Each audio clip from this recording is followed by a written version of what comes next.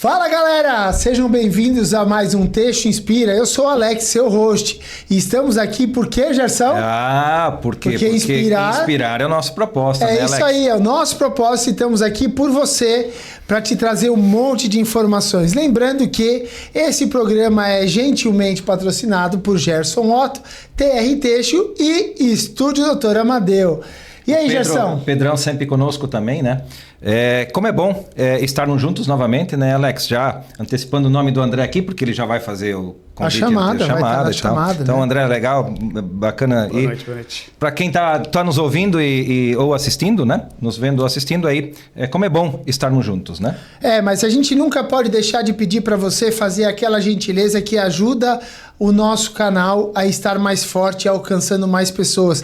Não deixe de se inscrever no canal, de compartilhar, ativar o sininho, porque quando você faz isso, você ajuda que o algoritmo, olha só como eu estou ficando tecnológico, o algoritmo ele espalhe para mais pessoas e mais pessoas têm a oportunidade de se inspirar com o Texto Inspira, né? É isso aí. Gerson. E hoje nós vamos falar com o André sobre marca, sobre desafios, sobre magazine, uma série de temas aí do Texto Inspira, né, Alex? Sabe, é muito legal, Gerson, porque a gente, graças a Deus, tem alguns amigos dentro do nosso hall de clientes, às vezes, e também de relacionamento, e gente que nos inspirou. O André é um dos caras que já me inspirou demais.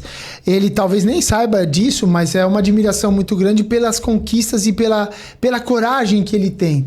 Então, assim, para quem não conhece, talvez pessoalmente, porque a gente às vezes conhece a companhia, conhece a marca, mas às vezes não sabe quem está por trás, quem é aquele cara que teve a coragem de começar. Então, eu trago para vocês e apresento o André Mansky, que é hoje o fundador... ele é o fundador da Objeto Brasil, que hoje é a dona de algumas marcas e uma principal que já está tomando todo o Brasil aí, sendo muito conhecida, que é a Docetrama. Seja bem-vindo, André. Boa noite, tudo bem? Então vamos lá, vamos conversar um pouquinho, contar um pouco da história da Objeto Brasil, das marcas, da Docetrama, Lisamur e Sophie, né? Então deixa eu contar um pouquinho da onde veio o André, da onde surgiu a ideia da Docetrama, da Objeto Brasil em si, né? Sim. Primeiro, né? É legal, André, porque você sabe que as pessoas que estão te ouvindo em casa, elas vão talvez se conectar com a tua história, porque muitos talvez passaram um pouco do que você passou. E aí eles falam, porra, eu posso também chegar lá. Então conta aí pra gente, André. A Objeto é quantos anos, a Objeto Brasil? Hoje a Objeto Brasil, em maio, dia 2 de maio, agora vai fazer 23 anos. 23 anos de Objeto Brasil. E o André, quando começou a trabalhar, um pouquinho antes, então, né? Um pouquinho antes, né? Comecei a trabalhar com 15 anos, né? Então, meu primeiro emprego não foi sempre ser empresário, né? Então, a vida foi um pouco mais difícil, um pouco mais calejada. Meu primeiro emprego foi marceneiro. Trabalhei 3 anos de marceneiro, depois disso uma bela experiência na companhia Tessil Karsten, né? 5 anos na companhia Tessil Karsten, trabalhando contas a pagar, contas a receber, fluxo de caixa, tempos áureos da companhia Tessil Karsten, que hoje volta a ser... figurar muito bem nesse cenário, né? Na época conheci... ainda convivi com o seu Gunnar, com o seu Carlos, fundadores lá. O seu Carlos, o seu João, todo mundo, né? Então foi o seu Ralf Karsten, o seu Valdemar, o seu Uwe Spranger, né? Que foi uma escola assim fantástica. Acho que quem passou por essa escola foi um período magnífico, né? Então foi um privilégio, né? Foi um privilégio, assim, foi uma escola, né? Uhum. Então, como muitas das teses do passado, onde Pomerode praticamente todos que trabalhavam eram Karsten, né? Ou Karsten ou Teca, ou outras, né? Mas a maior parte passou na Karsten. Que era Karsten, né? Então, isso é interessantíssimo aqui, para quem não é de Santa Catarina. Isso. Aqui é muito comum, gente, para quem... Você ter o camarada lá que tá com uma baita fábrica hoje, que todo mundo fala, meu Deus... No Têxtil era o... Que fábrica... Aí você pergunta a trajetória dele, veio da Hering. Aí isso. O cara tá lá em Jaraguá... Eram os bairros, né? Que tinha os... Né, Itupava Norte era Teca, O Garcia era Artex. Né? Então, essas eram as empresas fortes no têxtil. Né? Então, não existiam as indústrias têxteis como existem hoje. Né? Espalhadas, tem muito mais indústrias hoje que são fortes. Né? Então, ali foi meu segundo grau, praticamente, foi Karsten. Né? Então, passamos 5 anos na Karsten. Depois, saindo da Karsten, fui trabalhar na Cativa Têxtil. Dali, mudei para uma área de compras. De compras, fui gerente de compras na Cativa, trabalhei 7 anos com o Gilmar, que foi uma experiência também, totalmente diferente Saiu do cama, mesa e banho, entrou no ramo de confecção mesmo. No ramo de confecção, que aí foi a iniciação do meu ramo de atividade. Então foram 3 anos marcenaria, foram 5 anos, 5 anos de Karsten. Aí já estava velho, já tinha sucesso. Já sabia tudo. Não, porque o público jovem, às vezes, eles têm um pouco essa sensação, né? Aquela experiência toda. Cara, eu já trabalhei 3 anos na Karsten, eu já sei tudo, agora não. Agora... Continuou dali, lenhando e ainda estava apanhando. 7 anos. Isso, aí vamos lá, né? Vamos montar uma empresa, né? Mas aí eu saí da Cativa, eu fiquei mais 1 ano fazendo consultoria. Puta, consultor, nunca fui consultor na vida. Consultor do quê? Mas tudo bem. Fiquei, na verdade, vamos dizer que foi 1 ano sabático, que não fiz nada, na verdade. Aí nisso surgiu a oportunidade de montar uma indústria têxtil. Tive um sócio chamado Mauro Tite, que foi um diretor do BNDES, que saiu, vamos montar uma empresa, André, vamos. E era o meu vizinho, antigamente, e montamos a nossa empresa. Trabalhamos, então, aí no início do nosso processo, montamos uma pequena coleção de masculino e feminino, um mostruário, pequeno mostruário, e, cara e coragem, vamos sair vendendo Brás. Então, nosso primeiro ano, vendemos no Brás. Então, pensa aquele submundo do crime, né? Que acho que todo mundo já passou, né? Então, aquela aventura toda, né? Sim, era desafiador. E aí, imagina, como aquele todo, meu conhecimento do compras, achava que eu sabia tudo. Vem aquele primeiro pedido e aí sai com o primeiro pedido na mão, né, Alex? Tá, e agora? Como é que faz para entregar o pedido? Fazer tecelagem, fazer a tinturaria, corte, costura, ou seja, o processo todo, né? Mas deixa eu contar, aí um pouquinho antes disso, fazendo isso dentro de um apartamento de 2 quartos e dentro de uma garagem. Olha... Fácil, né?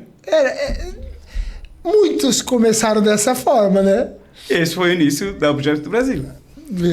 E depois disso, uns 3 meses depois, aí vagou um imóvel que era do meu tio.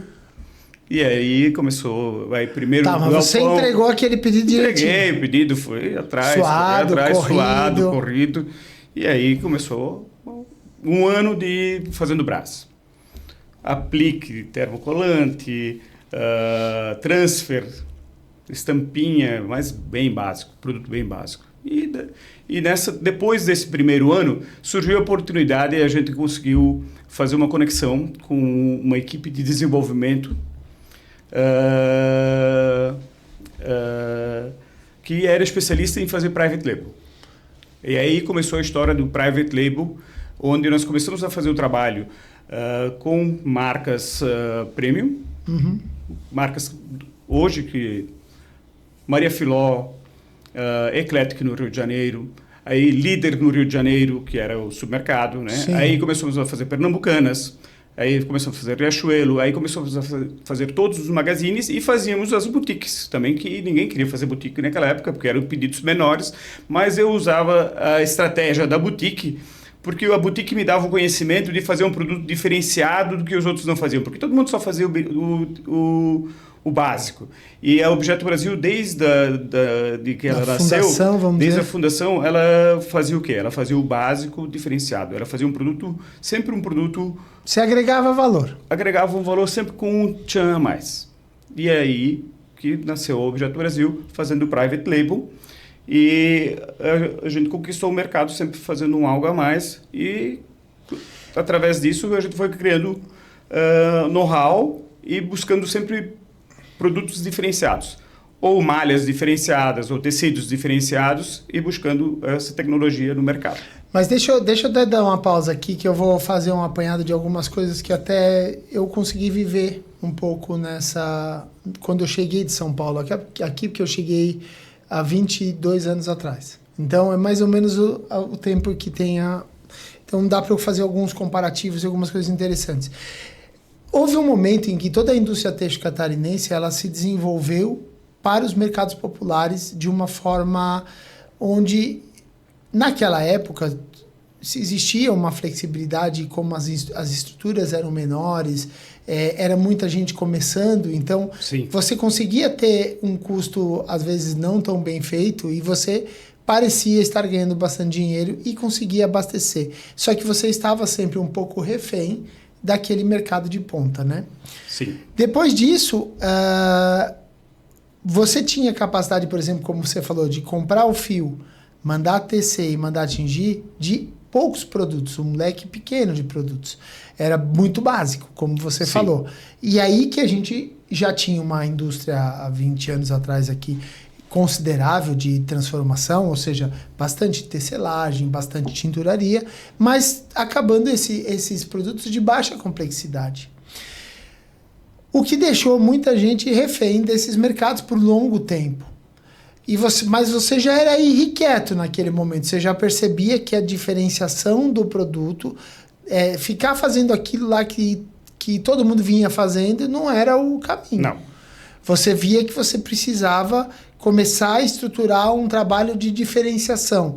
Ou seja, falando isso hoje, quando passamos aí nossos 20 anos fazendo, parece que é um caminho fácil.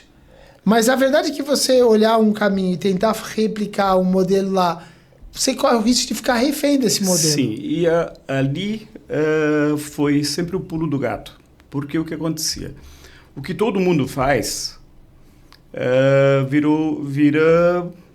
se todo mundo faz, vira somente preço. Preço. Né? E preço é matança, né? E aí o que a gente fazia? Eu fazia muita engenharia de produto, vamos dizer assim. O que eu tenho uma especialidade de fazer, vamos dizer assim. Quando eu ia para o mercado, a gente buscava o produto diferenciado, né? E transformava ele num produto acessível para o Magazine, porque o Magazine tem um custo, uma tabela de preço, que é o que ele pode pagar. E qual é a diferença? Como o André chegou a criar a empresa dele e crescer dentro desse mercado, na época do PL, né? Preço aqui é tabelado, é o 24,90, o 29,90, o 34,90, o 39,90, o 44,90 são as faixas etárias.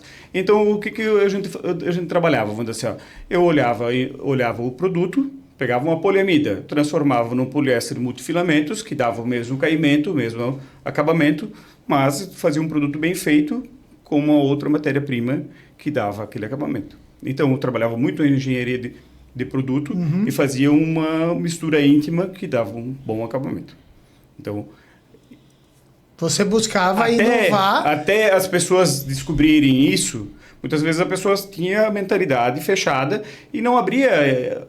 Porque eu tenho aquele tear, eu só trabalhava com aquele tear. Eu não tinha tecelagem em casa. Então, o que acontecia? Eu ia lá, eu procurava o tear ideal para aquela largura, para aquele tecido.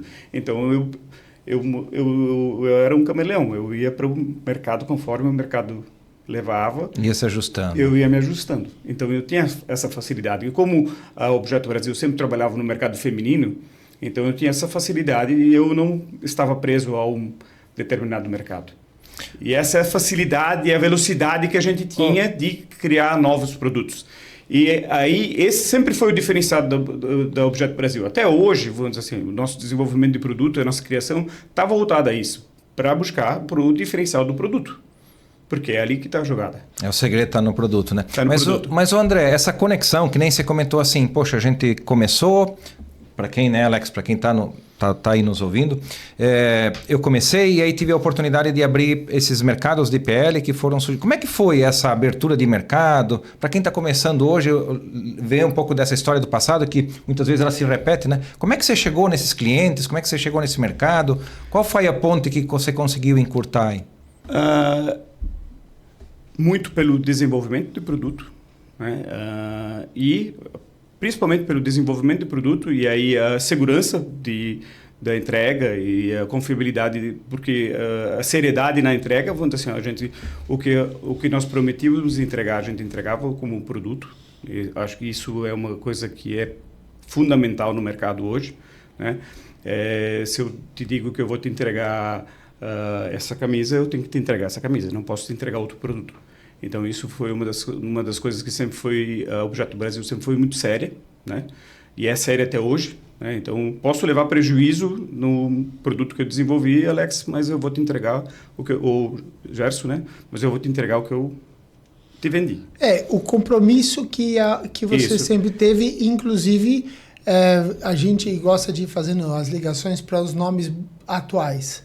Isso daí tinha um nome quando você fazia. Hoje o nome disso é uma cultura empresarial ligada aos valores dela de parceria realmente para desenvolver um trabalho a 4 mãos com o teu cliente da época. Sim. Que era o Magazine. Você entendia, você já estava olhando para o cliente, porque isso é interessante, né? Hoje se fala do tal do client-centric, né? Que é você botar o cliente no centro de tudo. Mas o que você fazia lá atrás era isso. E aí uma das principais, o que nos trouxe a diferenciação é buscar ver o que o cliente, qual a necessidade do cliente, o que ele estava procurando de diferente e buscar essa tecnologia no mercado.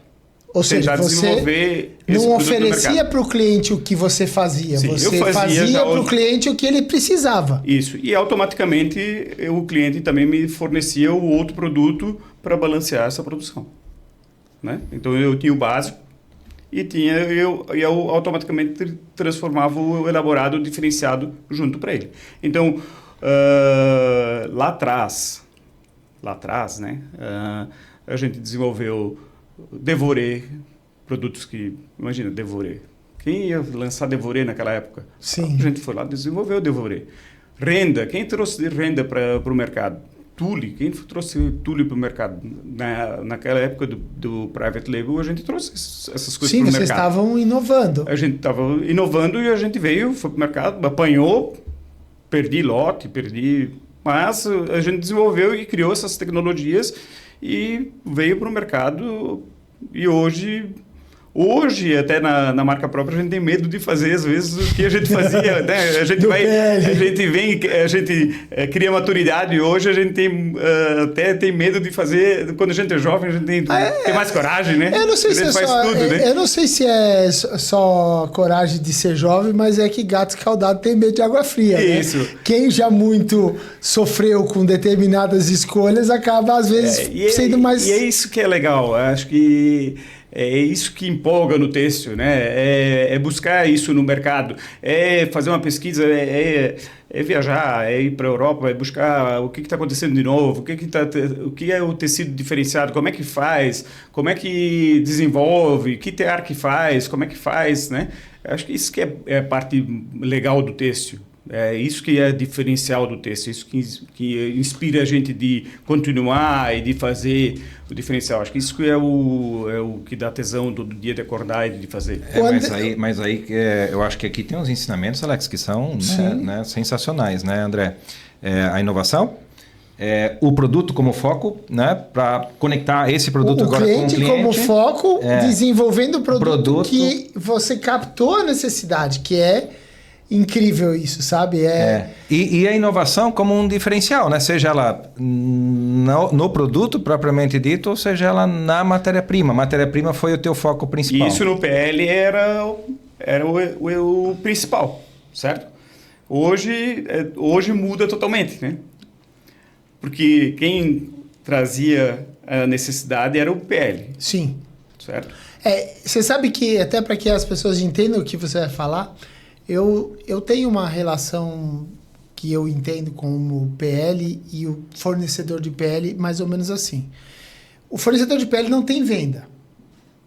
A venda dele quem tem é o fornecedor, é o Magazine, Sim. tá? E ele não tem, e o Magazine, por sua vez, não tem produção. Quem tem é você, né? Se a gente entende, né, que na verdade somos setores um do outro e conseguimos trocar informações, se essas informações são realmente uma informação compartilhada com honestidade e com transparência, você começa a pegar dele informação para poder criar o que vai E eu trago para ele vender. E você traz para ele também. Isso. E aí a gente constrói junto. E vai crescendo.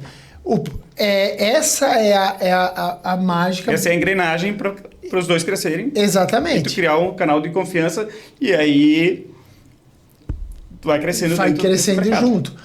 Você chegou a produzir quantas mil peças? Eu cheguei a fazer 1 milhão de peças num galpão de 350 metros quadrados. No mês de novembro. Eu me lembro disso, cara. Coisa de louco. Eu lembro que... Coisa que ninguém imagina. Hoje eu tenho um galpão de... sei lá, hoje mais 10 mil metros quadrados, um galpão industrial. A gente faz 200 mil peças. Imagina um galpão de 300 e passar lá dentro num mês 1 milhão de peças. Meu Jesus. E aí... Cara, era muito louco. E André, aí... E louco porque... Não, cara... Mais à frente a gente vai se conectar. E assim, a gente fazia 700 mil peças, 800 mil peças mês. Mas André, além... Pauleira. André, eram produtos diferenciados, matéria-prima diferenciada e com um leque gigante de clientes, né? E nós éramos uns distribuidores de terceirização de serviços, na verdade. Mas... Porque passava por dentro da fábrica e ia adiante e voltava de novo por dentro da fábrica e passava para o outro e assim ia e parava dentro do magazine. E é isso que era uma loucura. Como se fosse por mágica, mas na verdade, é uma expertise de gestão fantástica, né? Porque um aprendizado, assim, até 13 anos atrás, onde a gente começou a marca, era alucinante, né? Mas foi assim, uma história assim, muito massa. Mas aí a experiência do André na área de compras, por exemplo, da Cativa, com certeza trouxe, né, André, essa visão de buscar sempre alternativas e soluções, né? E também essa tua capacidade, assim, de negociação, né? De articular, né? E é isso que era o principal, era saber negociar e fazer as boas negociações entre... Você tem que ter boas parcerias de prestadores de serviços, né? A cadeia tinha que estar organizada. Tinha que saber organizar bem a cadeia para que isso tudo funcionasse no seu tempo certo, ter bons parceiros e para que até hoje, né? Tudo. Sim. Hoje você tem que ter uma cadeia funcionando da melhor forma possível. Só que se a gente para entender um pouco das coisas, se a gente olhar essas construções, a gente vai ao longo da jornada empilhando conhecimento e juntando tudo para um caminho, né? Realmente é desafiador o primeiro start. Quando vocês lá no apartamento começaram a fazer as peças e depois quando veio essa equipe de desenvolvimento, que é um outro ponto que eu guardei aqui, que eu queria trazer, eu vi algumas empresas que trabalhavam vendendo para o Brás, que tiveram pequenos impulsos de pessoas com contato comercial com o Magazine, mas que tinham essa visão de desenvolvimento de produto. E elas foram mentoras em alguns casos, acredito que foi mais ou menos isso que aconteceu com você. Elas foram mentoras de fazer essa conexão. Eu sei que você é capaz de produzir, tá aqui uma ideia do que você vai produzir, e aí depois o que foi acontecendo? Vocês foram buscando conhecimento, fazendo pesquisa internacional, todo um ganho de conhecimento que vocês foram adquirindo, e de uma forma realmente um pouco desordenada. A primeira vez que eu tive te visitando, eu lembro que a gente passava por dentro de uma parte na Objeto, né? aí passava uma pontezinha para a lagoa para chegar no galpão de tecido. Na lagoa, que era a minha casa, que era a casa do lado da casa do meu pai, né? Atravessava a lagoa para ir pro escritório. Cara, tu olhava aquele e falava assim, meu, é um transformer. O mezanino. Sim. Aí era o galpão, aí a gente transformou um mezanino em cima, né? Aí o mezanino depois virou o cabideiro, né? Sim, que aí o outro mezanino virou outro cabideiro, né? E assim foi, né? E aí depois já era um galpão, depois virou outro galpão. Aí esses galpões eu fui comprando da família, né? Aí comprou o galpão que era da marcenaria, que era da família que foi pro leilão, comprou esse galpão. Isso porque contando antes, né? A aventura toda, melhor a parte da aventura toda, porque antes disso tudo a gente foi crescendo sem estrutura nenhuma e sem dinheiro. Só com crédito, né? Mas era um crédito porque tinha uma coisa, sabe? Aí que também está na tua cultura. É o compromisso, né? Então, o compromisso era com o cliente e você sabia que ao falhar com o fornecedor, você também não conseguia cumprir o compromisso com o cliente. Então, para ti, fazia parte da cultura. Assim, ó, isso aqui vai funcionar direito. E isso é um diferencial, sabe? Que a gente vê, só que tem que estar muito atento com todos os detalhes para que... A gente sempre foi muito certo, muito correto. Você, Gerson... A parte de processo nessa bagunça toda... Rapaz, a gente se conheceu em 2015, né? Eu ainda me lembro da data, porque isso foi antes do Natal, né, André? Sim. Foi uma coisa assim, 22 de dezembro, acho que foi, né, Dani? Uma coisa assim, 22 de dezembro de 2015 que a gente teve a oportunidade de se conhecer. Né, Dani? A Dani vai responder como? Né, Dani? Dani tá ali, ó, né? Tá nos bastidores. Mas aí, naquela época, né, André, você já tinha vários galpões, né? Quatro galpões, essa passagem pela lagoa e tal, né?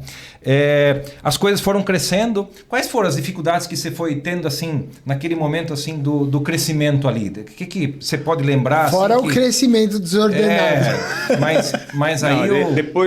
Depois aí surgiu a parte da BVTEX, né? Aí criou uma certa limitação, criou uma dificuldade, um pouco da dificuldade ali no meio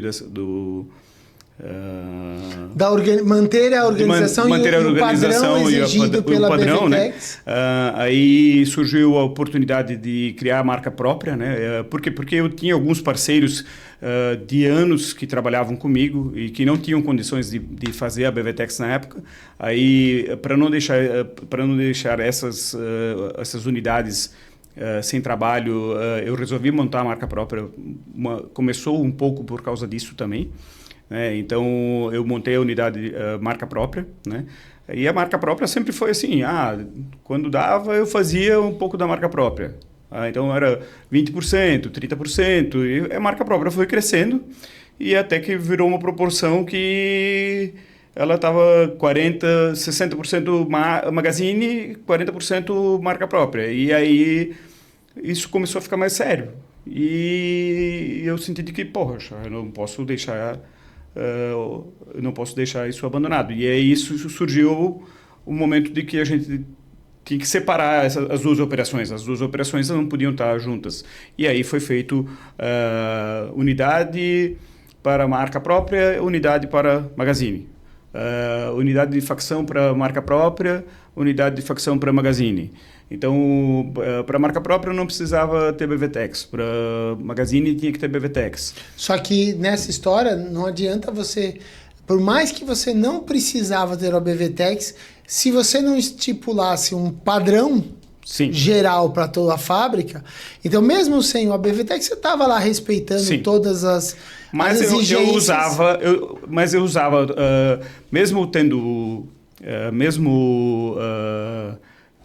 não precisando de BVTEX, mas toda a parte de qualificação eu usava todos os padrões de Renner e aí a gente chegou num patamar que mas aí teve uma outra situação. Como eu trabalhava para vários magazines, alguns magazines tinham uma regra, vamos contar assim, a Renner tinha uma regra, Pernambucana tinha outra regra, Marisa tinha outra regra. Tá, e aí? Aí começou, isso também gerou outra confusão dentro da fábrica, né, Gerson? O Gerson lembra disso. Então, a Renner tinha um padrão de qualidade a ser cumprido. A Marisa tinha outra qualidade. A Pernambucanas tinha outra qualidade e a marca tinha outra qualidade. Pois é, isso já era uma confusão de dentro da indústria. Aí tá, mas para Marisa isso passa, para Renner não passa. Aí eles faziam um cambalacho dentro da produção. Então vamos fazer para esse e nós vamos fazer o produto passar assim, para aquele. Não, cara, não pode. Tem que criar o padrão. Cara, tem que ter um padrão, né? Porque senão vira uma bagunça, né? Então a gente criou, então tá, qual é a melhor qualidade? O melhor padrão, o mais exigente é a Renner, então vamos balizar pela Renner. Então tá, baliza tudo a fábrica pela Renner. Então a gente começou a fazer todos os padrões de qualidade balizados pela Renner. E aí que a gente começou foi 2015, quando o Gerson começou a fazer os trabalhos para mim, e a gente começou a balizar, tá, então tá bom, então todas as malhas vão ser balizadas pela Renner. Então, pois é, então não vai mais ter o penente para então vai ser só penteado, todo mundo penteado. E aí a gente começou a fazer os padrões, então alguns pedidos já não fechavam mais, porque esse padrão de qualidade não dá mais, não dava no preço. E assim, consequentemente, alguns clientes começaram a ficar ou seja, fora do mercado. Foram surgindo, abriu vários mercados, abriu um leque grande de produtos. Aí depois começa a fechar. Foi começando a criar padrões já por ABVTEX, por leis, por novas restrições que foram surgindo aí nos desafios da empresa. Depois, começa a estabilizar padrão e aí o bicho vai pegando. E hoje Hoje eu não me enxergo mais trabalhando sem ter padrões. Hoje sem processo. Método. Hoje a gente já trabalha por família de produto, desde tecelagem, desde tinturaria. Quem é a melhor tecelagem para esse tipo de tecido? Quem é a melhor tecelagem para qual a melhor tinturaria para esse tipo de acabamento? Qual a melhor costura para cada tipo? Família de produto hoje, sem trabalhar por família de produto, impossível. Eu posso testemunhar. Não vejo mais como não trabalhar aí. Tem que amarrar via sistema tudo, porque senão é impossível. Eu posso testemunhar 2 coisas que eu vi primeiro na Objeto Brasil. Uma delas foi o RFID. A etiqueta RFID. Eu sei que você foi um dos percursores do projeto junto à Renner na época, né? Para quem não sabe, é uma etiquetinha que se compra um chip que vai acompanhar todo o produto e com isso você em questão de segundos consegue fazer todo o levantamento de estoque e a rastreabilidade do produto por toda a história dele. E isso foi o primeiro lugar que eu vi, foi na Renner, Objeto. inclusive, quando a Renner implantou as etiquetas, a costura do RFID nas peças, eu já tinha na minha fábrica e eles vieram copiar lá, fizeram a implantação através a nossa fábrica, foi a fábrica padrão, e eles copiaram os equipamentos e as coisas tudo lá na fábrica, né? E a gente implantou por lá. O André, as fábricas, você comentou de 4 fábricas, né? Depois você acabou fazendo a construção de onde hoje está. Faz que ano que foi feito? 2016. 2016. E o que foi o que mudou ali naquele processo? Porque eu me lembro muito bem que tinham controles diferenciados.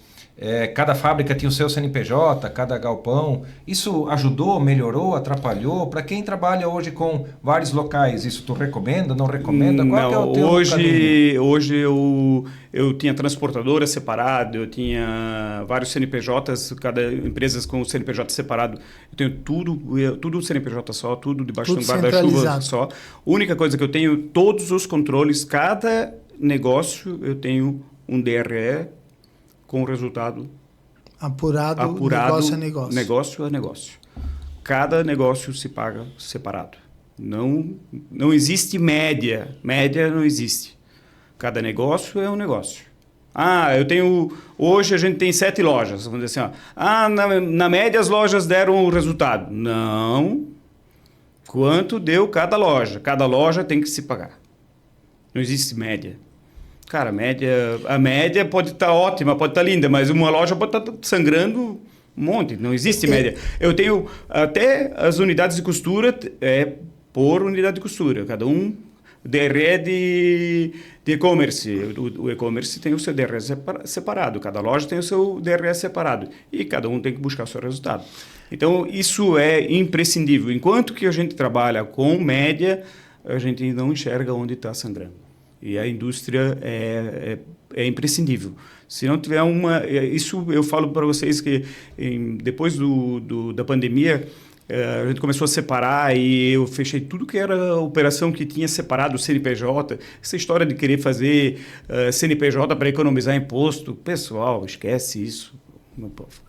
Cara, contrata um bom tributarista e aí trabalha em cima de uma forma legal, dentro de uma operação legal e faça a sua economia tributária dentro de uma operação legal. Acho que isso é o mais correto que a gente pode fazer. Eu vou responder a tua pergunta que você fez a ele, porque eu tenho um cara... Realmente, a gente tinha... Eu conhecia a fábrica espalhada e... Quando eu fui conhecer pela primeira vez a nova planta, né? O André falou assim para mim, botou a mão na cabeça e falou assim, Alex, acredita que eu tinha 100 toneladas de tecido que eu nem sabia? Cara, mas é verdade, porque sabe aquele negócio de que você vai... eu digo uma coisa, a pior coisa para uma empresa é ter espaço sobrando. Controle de estoque é fundamental. Porque espaço sobrando, ela enfia coisa naquele espaço. Sim. E quando você vê, você tem dinheiro guardado lá que você nem imagina. Só que não é dinheiro, porque ele, quando vai ser vendido como saldo. Você estava até comentando antes disso. Aqui a depreciação de saldo é muito grande.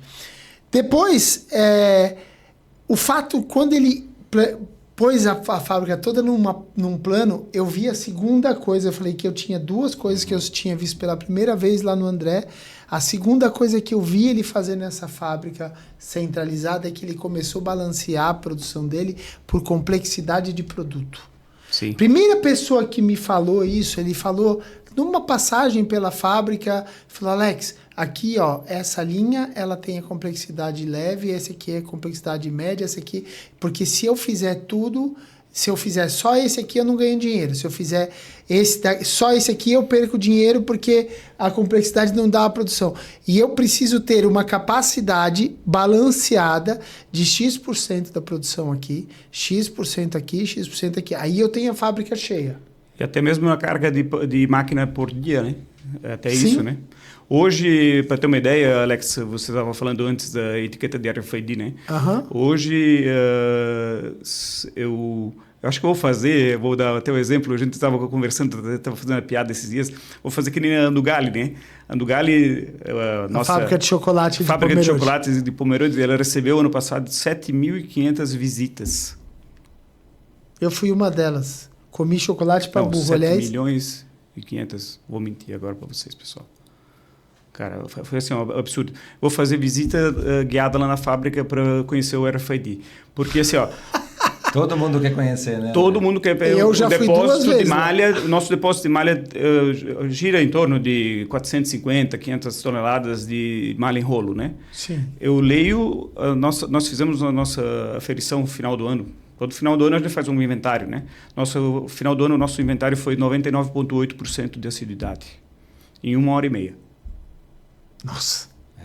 Esse projeto do RFID até reconhecimento do próprio cliente, né? Que acho que a Renner foi apresentado o projeto. Pernambucanas veio instalar, copiou lá da fábrica.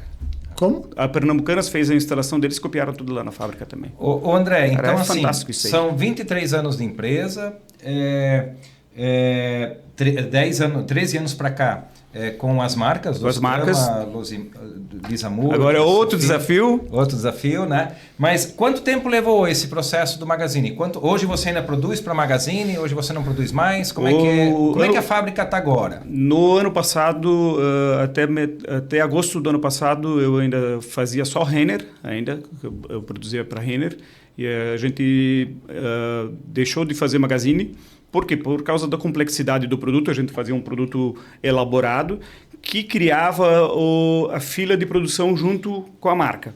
Então, ou seja, vamos dizer assim, quando criava demanda no final do ano de malhas elaboradas como ribaneira 4x4, que dá fila de produção no final do ano e vai dar fila desde tecelagem e tinturaria. Então, ela dava a fila na minha marca própria e atrapalhava o Magazine também. Então, os dois davam gargalo de produção. Concorriam os dois. Concorriam os dois e aí, infelizmente, eu tive que escolher ou faz marca ou faz Magazine. E aí, eu já estava tive que escolher e, infelizmente, nesse momento...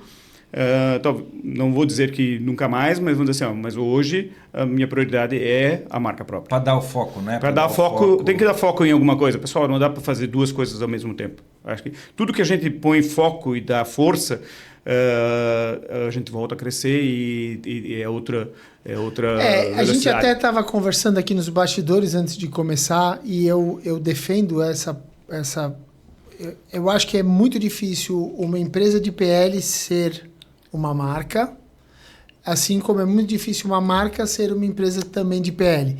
Eu sei que existem modelos, existem empresas que fazem e que conseguem. Mas por quê? Porque são duas competências diferentes, são modelos de negócio diferentes. Aqui você tem que ser um pouco mais leve, sendo PL, por exemplo. Você tem que ser um pouco mais leve porque a tua venda está concentrada, a tua estrutura de venda está concentrada no PL, no Magazine. Quando você monta a marca, você tem que agregar mais marketing, você vai ter que trazer muito mais complexo. Toda essa complexidade para o negócio.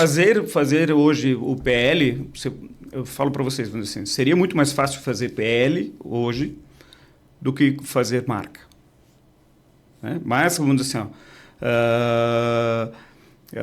mas você não queria na facilidade, você queria era na luta. A gente gosta de sofrer, né? Vamos lá! Não, e aí, eu sou, minha fábrica, o meu Parque Fabril, quem for visitar meu Parque Fabril, eu sou grato, muito grato a Renner, a Marisa, Lojas Marisa, Pernambucanas, a Líder, que teve dificuldade, teve a RJ, todos eles, todas, Riachuelo, todas elas, vamos dizer assim, cara, Zinzane, todas, vamos dizer assim, veio dali.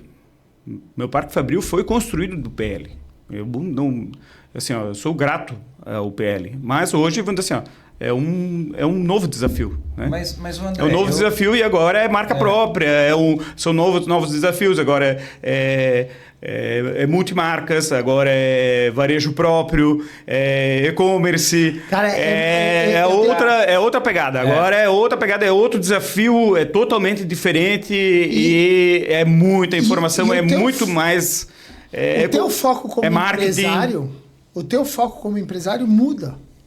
Porque você estava focado, por mais que você estivesse pensando no cliente, tentando atender o cliente, você estava focado na indústria e na transformação para ser o mais eficiente e eficaz possível, para criar produtos que sejam mais desejáveis, mais limitado nas faixas que você mesmo trouxe mais cedo. E todo o problema de marketing todo esse problema do Magazine. Agora esse problema todo é meu. Você pivotou para essa. Agora veio para mim.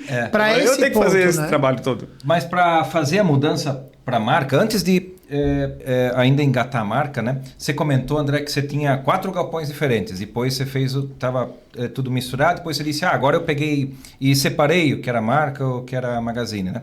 Quando você montou aquele galpão lindo, maravilhoso, a fábrica, ela tá linda, parabéns aí, porque ela é muito bacana. Sim. Mas quando você montou ele, você juntou os dois processos, Magazine e marca? Como é que foi isso? Eu juntei eles no mesmo Parque Fabril, mas com estruturas diferentes de pessoas. Mas mesmo assim não Você tinha estruturas elas separadas, apesar de estarem no mesmo galpão, o que é marca, o que é Magazine, sim. Aqui está o layout do Magazine, aqui está o layout da marca. Desde o desenvolvimento até a entrega, no final eu tinha pessoas separadas para isso. E como você tinha esse conceito, provavelmente você já carregava esse conceito de... Eu fui o que mais relutei para tirar o Magazine dentro da fábrica. Eu acredito que eu fui até o final...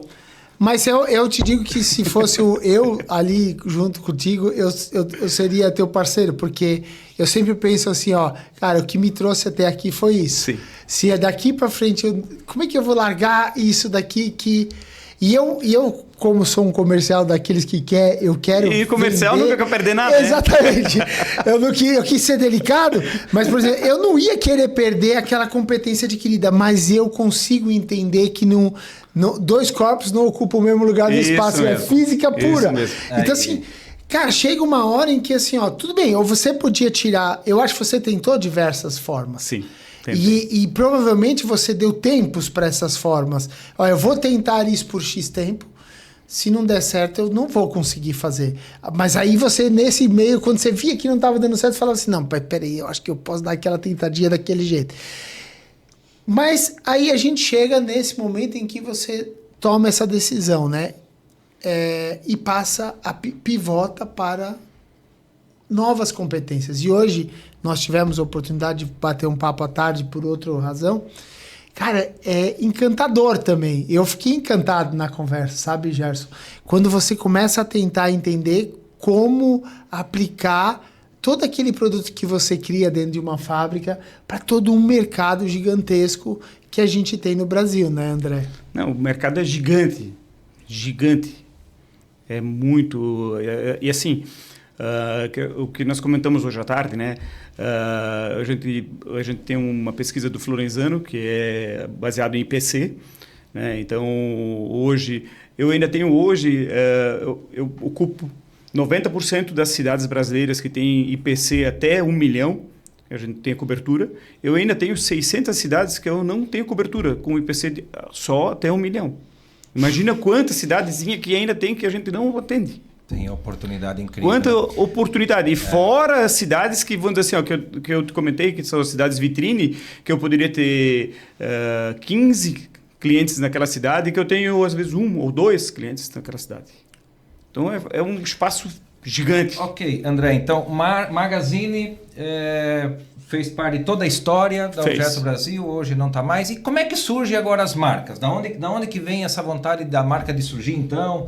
De dar essa potência para a marca? Da onde surge o nome Docitrama, Lisamur, Sophie? Da onde que vem esse processo? A Docitrama foi uma pesquisa de mercado que foi feita há 13 anos atrás. Foi uma empresa de Joinville que trouxe a marca. Aí foi uma... Você fez um marca, branding. Isso, foi feito um branding de uma marca romântica, né? Não é uma marca sensual, ela é uma marca romântica de uso casual, né? Então, de uso.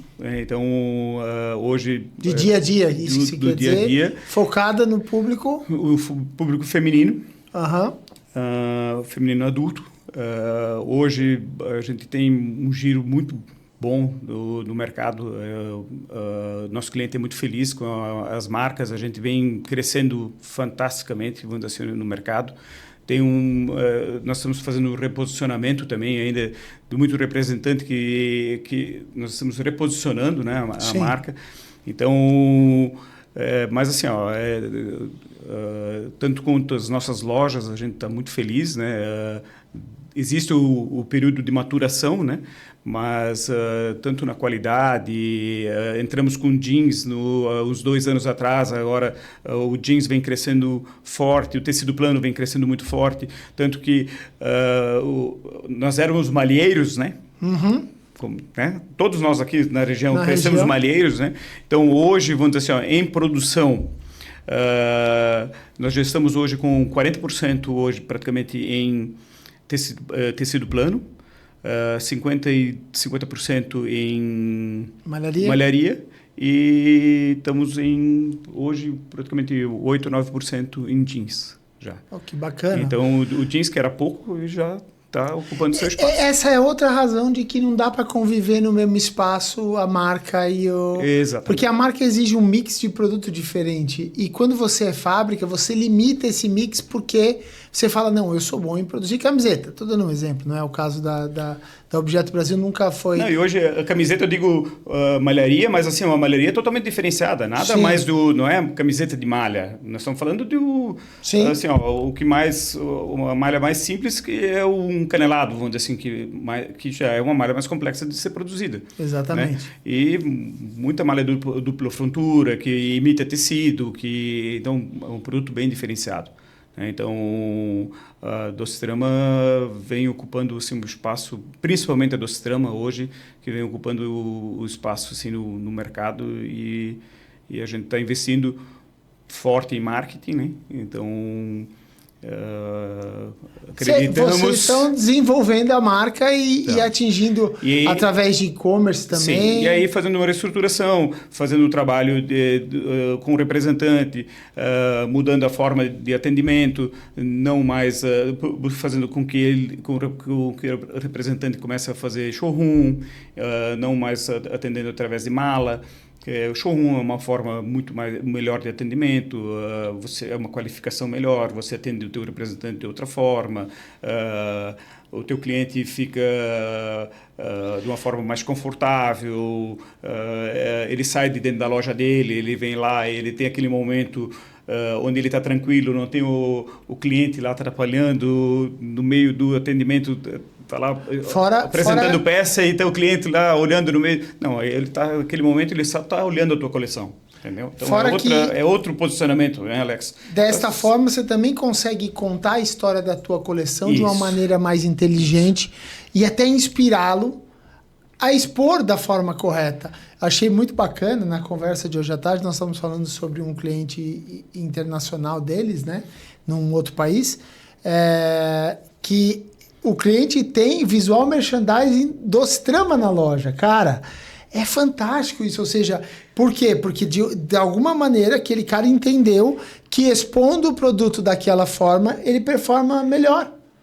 E isso ele só pôde aprender graças às 7 lojas de varejo que ele tem. Ou seja, que ele deve trabalhar muito em cima desse...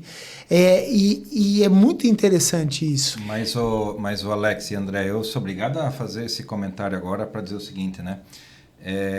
A gente, lógico, já se conhece há mais tempo e fica fácil de fazer esse comentário, mas trazer para o público que está nos ouvindo e nos assistindo, né? A capacidade da Objeto Brasil de se renovar, de se reinventar, de criar novos modelos continuamente, né? A matéria-prima que produz hoje, que nem o André falou, não é mais absolutamente nada igual ao que era no passado. A forma que buscava terceirizados, faccionistas e tudo mais, hoje são completamente diferentes do que são naquela época, né? Ou seja, o Magazine foi evoluindo e houve necessidade de se reinventar. Surge a marca e hoje ela está posicionada no momento de se reinventar constantemente. É como se estivesse começando uma empresa nova a cada período de tempo, num curto espaço de tempo, né, André? Basicamente isso eu vi acontecer. Isso faz sentido? É realmente isso? E a gente sempre trabalha com uma análise de dados muito atual, né?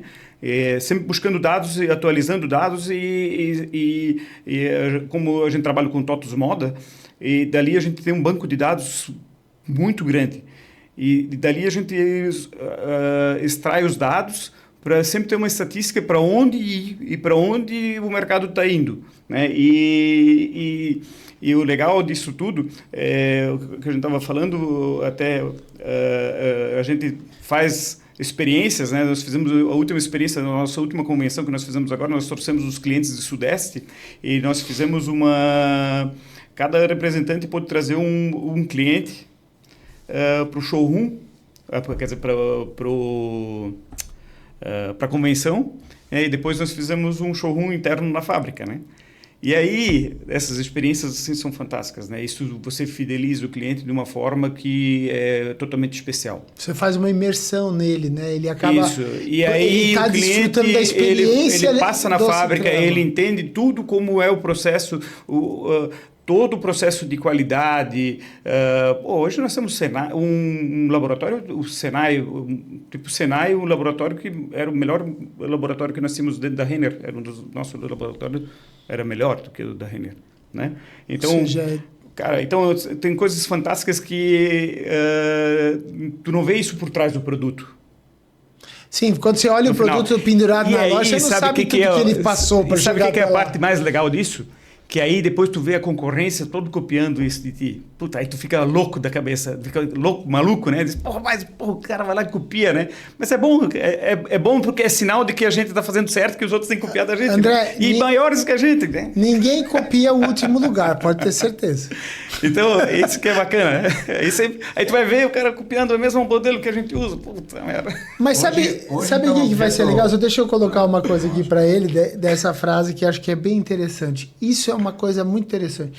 Muita gente tem medo da concorrência copiar o que a gente está fazendo.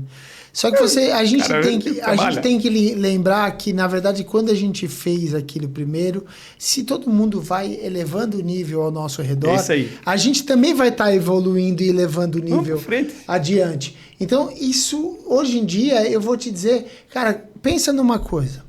Ninguém no nosso setor tem mais que 1% do share do mercado. Nós não temos 0,25, acho, nem isso. Então, a melhor... É muito gigante o nosso mercado. Qual é a melhor coisa que a gente pode fazer? Unir todas as forças do nosso mercado e combater quem, de alguma forma, chega de fora, o chinês. Eu não estou falando mal, porque o produto chinês também é útil. Também. E muito provavelmente, em breve, na Docitrama, você vai ter... O que ele faz de diferente para chegar aqui? Exatamente. Tem que olhar isso, não sempre procurar, a gente tem que se defender dele. E aí, como que a gente vai fazer isso? Se juntando e realmente, assim, ó, é bom que ele te copie, porque isso vai elevar o padrão da indústria. E eu queria trazer um outro ponto, Gerson, desculpa estar te cortando, mas... Pensa você que é jovem, que está começando. Você viu ele falando de análise de dados? Os dados que a gente conversou hoje à tarde no nosso bate-papo não dão para compartilhar assim abertamente, porque ainda são estratégicos para ele. Mas, gente, eu fiquei encantado com a quantidade de dados que são analisados hoje para uma venda, para uma ação comercial, para o pensamento de criação de coleção, como estruturar. Cara, quando eu comecei lá, 33 anos atrás, que a gente via a confecção funcionando, era tão simples. E era tudo planilha, hoje não tem mais nada de planilha. Cara, era na mão ali naquela época, muita gente fazia. E hoje você vê assim, ó, sistema integrado. Você vai ter provavelmente um BI operando. Você vai ter inteligência artificial por trás, que é onde a gente vai chegar daqui a pouco, como é que você está vendo esse lado. Que a gente mal usa, né? Exatamente. Mal usa. Então, assim, ó, o cara que é jovem, a gente precisa dessas cabeças jovens, pensantes, usando essas ferramentas e vendo que, assim, vem para o têxtil. Você que talvez está ouvindo eu quero trabalhar com tecnologia. Cara, olha só, quando o Gerson falou de inovação, você pensa que esse cara aqui lança oficialmente de 3 a 4 coleções por ano. Já é por inovação, porque toda vez ele cria novo. Deve lançar mais umas 4, 5 cápsulas a cada X tempo. Ou seja, no fim das contas, você está inovando sempre 8 vezes ao ano com novidade e inovação. Pensando em bases diferentes, tecidos diferentes, informações diferentes, tendências diferentes que mudam muitas vezes do dia para a noite. Com 3 marcas diferentes que têm públicos diferentes. Diferente. Para quem tá começando, gente, vem pro têxtil, inspira. Aqui a gente tá no têxtil inspirando você a estar no têxtil. É muito bacana. E esse é o objetivo de trazer um cara como o André aqui hoje. Mostrar para também outros empresários, André, que eles vão te ouvir falando e falar, porra, talvez eu devia ir por esse caminho. E é legal, porque que a gente falou, quando eles chegarem no tamanho da Docitrama, a Docitrama vai estar maior também, sim, inspirando eles novamente. Existe um espaço gigante para todos nós. Existe um espaço fantástico para todo. O mercado brasileiro é muito grande, né? É um público muito grande, né? Então, mas a gente precisa investir em tecnologia, a gente precisa investir em treinamento, né? Falta treinamento, a gente precisa investir em qualificação do nosso mercado, né? Isso depende muito da educação. Acredito muito na base. Né? Sim. Então, onde o empresário pode ajudar a investir na base da educação, acho que é fundamental. Acho importante que isso é importante, né? Então, isso faz diferença lá no final. Menor aprendiz, adoro menor aprendiz. Acho que a piazada é fantástica, né? Conversar com eles e inspirar eles, né? Porque eles, a gente tem muito menor aprendiz na fábrica e adoro. A gente cada vez aproveita mais esse público. Acho que é um público interessante, que é bacana. Porque E a gente tem um aproveitamento bom hoje, já no nosso... De efetivação, que você disse. Isso, de efetivação, a gente já faz um bom... Você consegue garimpar bons talentos dentro dessas... E assim, é bem bacana, assim, é um trabalho que é bem valorizado dentro da empresa. Acho que é muito legal. Acho que isso hoje a empresa, bem bacana. Hoje a empresa, na questão da multicanalidade, trabalha hoje com 3 marcas. 3 marcas. 3 marcas, as 3 marcas com representantes, multimarca, né? Público, esse varejo qualificado.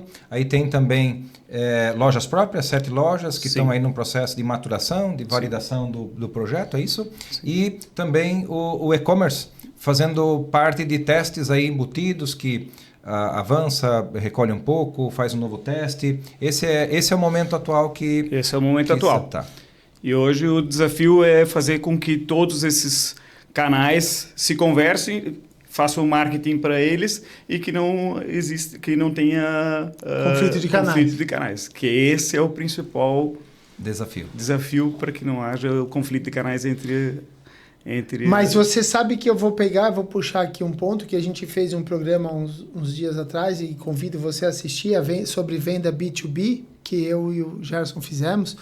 E hoje, numa conversa que ele trouxe aqui, então foi dito agora há pouco. Veja que o próprio representante também está tendo que se reinventar no negócio.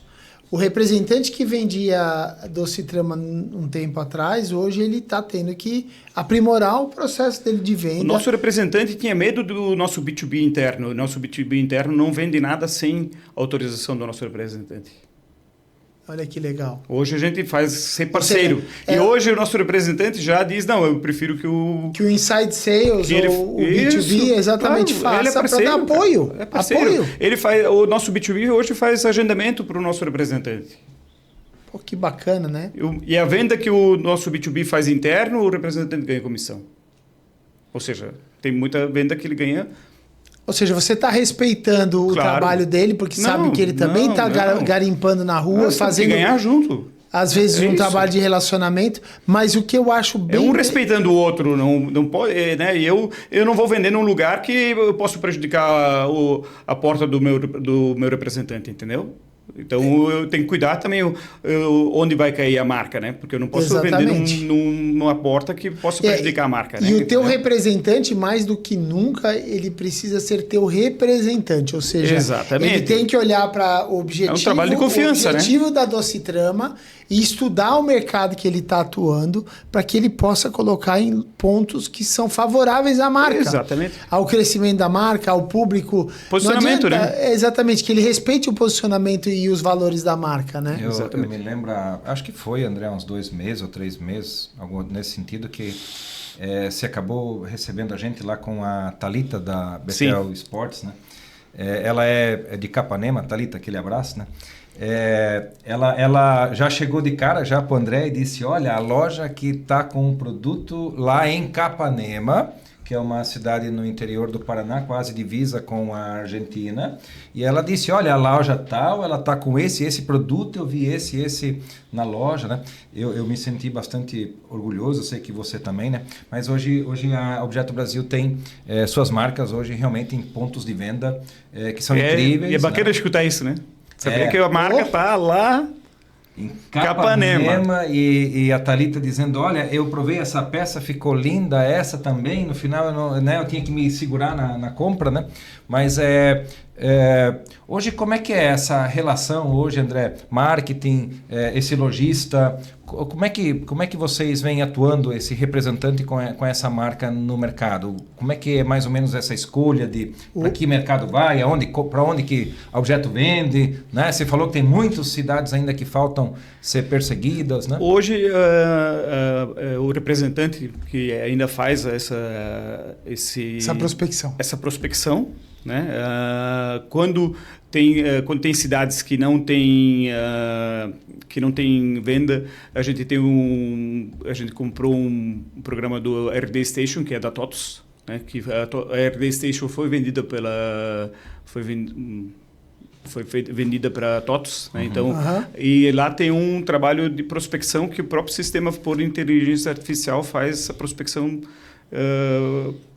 Eu coloco lá quem são os meus concorrentes, onde que eu quero atingir, que loja ideal, e ele me dá os CNPJs. Sugere os CNPJs lá no B2B.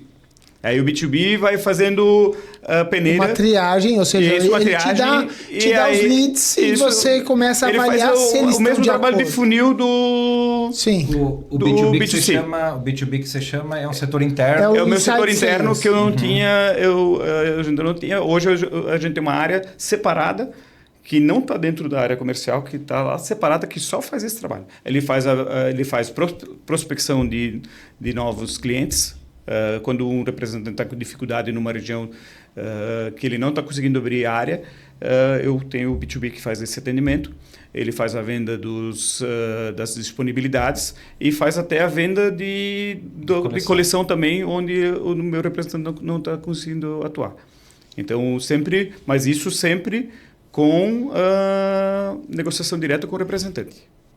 Então, a minha pessoa interna do B2B faz o contato com o representante e eles combinam entre si as regras do jogo. Então, para não criar o atrito... Complexidade da marca, né, André? Várias marcas, e regiões diferentes, canais diferentes. Tudo, André? Que se combina antes do jogo comunicação. É comunicação. A complexidade, os problemas acontecem por falta de comunicação. 80% do problema é provocado. Né? Então, a gente faz muito treinamento hoje interno. Sabe aquela historinha que tinha antigamente, né? Já participou lá da fábrica também, né? Eu vou mandar um e-mail, né? Para dizer que vai dar um acidente, né? Aí todo mundo manda um e-mail, copia todo mundo que vai dar um acidente, né? Ao invés de ir lá e resolver, tá sentado do lado, né? Aqui, né, Gerson? Gerson, vai dar acidente. Não, mas eu vou te mandar um e-mail, né? Copia todo mundo. Ninguém bota a mão na massa. É mais fácil de comunicar. Pô, vamos comunicar. Comunicar é tão bom, né? Conversar com as pessoas. Esse objeto faz com uma excelência. Hoje essa comunicação entre as lideranças, assim, melhorou assim. Eu vou pegar um ponto que nível. eu acho que assim, eu gosto de ver quando você olha, a gente tem feito, graças a Deus, grandes bate-papos aqui no Texto Inspira. E quando você começa a ver quem está sentado nessa posição e entender um pouco do porquê o sucesso, se você pegar de toda essa história hoje, tem uma coisa que sempre teve no meio de tudo. O que é combinado tem que ser cumprido. Isso. Se você pegar lá no primeiro pedido que ele fez, lá atrás, no apartamento, até agora, tudo que ele diz é o seguinte, vamos combinar assim, se você cumprir, se eu cumpro isso, a gente chega aqui nesse objetivo. Não deu certo, é compartilhado, vamos reorganizar a coisa. Ele, de maneiras frequentes e constantes, se você pensar que a marca tem 13 anos, ele já reposicionou ela uma vez, agora reposicionando de novo, que você acho que me comentou isso. Veja, o representante era de um jeito, você está botando ele, reorganizando o trabalho com ele, para que ele seja de outra forma. A irrequietação não parou em um segundo. Né? Eu agora estou até com medo, porque a gente está chegando no fim do nosso programa aqui, e eu tenho que perguntar como é que ele vê o futuro. Mas antes disso, eu quero fazer um comentário. Né? Eu acho que tudo isso que você está falando, Alex, que o André tá comentando, eu acho que isso dá muita segurança. Né? Isso dá segurança muito forte para o cliente, né? Que vai receber o produto, né? Que nem o André comentou desde o início, né? Olha a segurança que isso promove então no mercado e também a segurança que isso promove na equipe interna, né? Que pode ir atrás de inovação, que pode ir melhorando as coisas, né? Dar essa possibilidade, acho que ela é incrível nessa história toda, né? Mas joga a bola de volta para ti. Como eu estava falando, eu estou morrendo de medo de perguntar para ele o que ele vê no futuro, porque provavelmente ele vai reinventar algumas coisas. Mas, André, toda essa questão, como é que tu vê hoje como gestor de marca, que foi a grande novidade dos últimos tempos, como os desafios que você vê pela frente? Como é que você vê o mercado em si, os desafios que o mercado pode trazer? A parte de inteligência artificial é algo que te assusta? O que você também, de repente, vê como tendência para o mercado? Que essa talvez seja um pouco da inspiração que você vai deixar para quem está nos escutando um pouquinho. Bom, Alex, desafios sempre vão existir. Quando eu entrei há 23 anos no mercado têxtil, foi a pior época. Sempre se diz que é a pior época, né? Sim. Agora, 2025 diz que é a pior época, né? Mas no ano que eu entrei, em 2002, foi um ano assim que ninguém vendia nada, o mercado estava uma droga e estava ruim. 2010, né, foi quando deu aquela crise nos Estados Unidos. Sim. Todo mundo disse que ia acabar o mundo, que... Então, depois de 2019 teve uma tal de pandemia. Isso. E eu acredito que o mercado vai se ajustando. Então, as tecnologias, vão incorporando. Inteligência artificial, as pessoas nós vamos ser obrigados a nos acostumar com isso. Nós vamos utilizar essa ferramenta, né? Como eu falei, vamos dizer assim, um tempo atrás eu também não usava todo o recurso da informática. Hoje eu sou um adepto. Eu, assim, não uso planilha da minha fábrica, não gosto de planilha. Porque planilha... Esse homem, eu tenho orgulho. Planilha aceita tudo, né? Então eu uso o sistema, tá? Então eu acredito que o mercado vai se ajustar, né? Que nem o Trump está fazendo as loucuras dele. O mercado vai se ajustar, o mundo vai se ajustando, né? E eu estou feliz, eu acredito que o Brasil vai voltar a crescer. Esperamos que os nossos dirigentes não atrapalhem, só não atrapalhem. Só isso. Não atrapalhem que não já precisa ajudar. Tá bom. Só não atrapalhem. Só não atrapalhem que já está bom, né? E assim, eu acredito no Brasil, acredito no nosso mercado, né? O brasileiro é um povo guerreiro, né?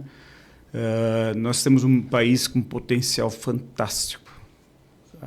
Aqui tudo que a gente produz a gente vende. Nós temos uma riqueza fantástica, nós temos um país turístico fantástico. Então, é só aproveitar. A gente tem aproveitar essa riqueza toda, subutilização, né? De muita coisa. Precisamos só fazer um investimento em educação para que a gente possa voltar a crescer, fazer esse país crescer de novo. Acho que a educação vai resolver todos esses problemas que estão acontecendo no Brasil. Eu concordo muito contigo a respeito dessa questão de educação, inclusive outros modelos de educação. Nós precisamos criar pessoas mente pensantes, pessoas com capacidade de pensar realmente, para que a gente não possa mudar um pouquinho desse mindset. Mas como você falou, eu também acredito muito no Brasil e acredito no nosso segmento. Inclusive, você pode testemunhar, acho que é bem importante a gente até deixar isso. O quanto você viu a cidade de Pomerode, ou até mesmo a cidade de Blumenau, mas eu digo, a cidade de Pomerode, que é um pouco menor, quantas pessoas se desenvolveram e são capazes de trabalhar na tua fábrica. Com certeza. A gente sabe disso, né, Gerson? Nosso mercado é uma baita porta para o crescimento e, vamos dizer, o desenvolvimento pessoal daquele negócio. Mas trabalhar como costureiro ou como costureira, não é um trabalho tão bacana. Pelo contrário, hoje eu estava conversando com outro empresário hoje, ele estava me comentando que tem empresas querendo investir em parques mais eficientes de costura, botando máquinas mais modernas, com novas tecnologias. Cara, é uma oportunidade sem fim que a gente tem. Portugal fez isso, né? Quando eu fui com a Renner na época, uns 4, 5 anos atrás, nós fomos para Portugal. Portugal não consegue competir com a China.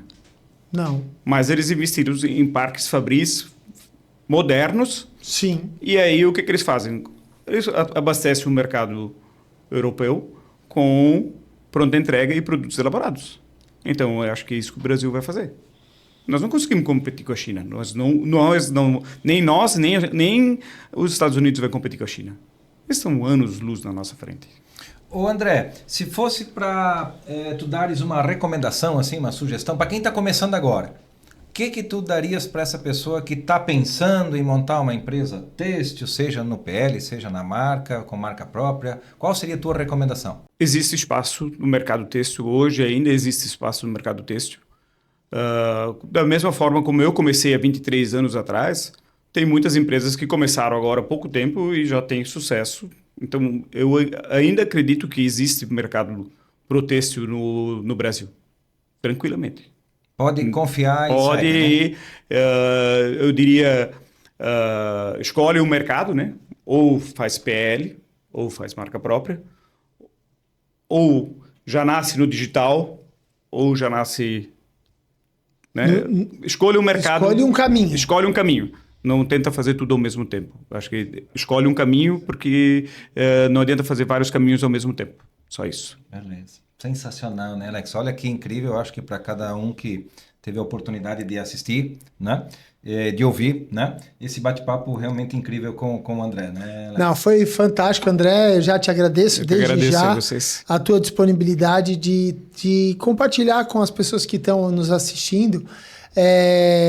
A gente faz isso aqui para que você possa ter mais informações ou um simples insight, né, Gerson, que te faça ir estudar, procurar, pesquisar e com isso se desenvolver. Então, assim, ó, eu fico muito feliz que hoje nós cumprimos o nosso objetivo como Texto Inspira. Por quê, Gerson? Inspirar é o nosso propósito. Né? Isso mesmo. Texto Inspira, inspirar nosso propósito. Obrigado, André. Obrigado. Você que está em casa ou em qualquer lugar que seja, que eu tenho essa mania de dizer que está em casa, eu te convido a seguir o nosso programa da próxima semana, depois desse do André.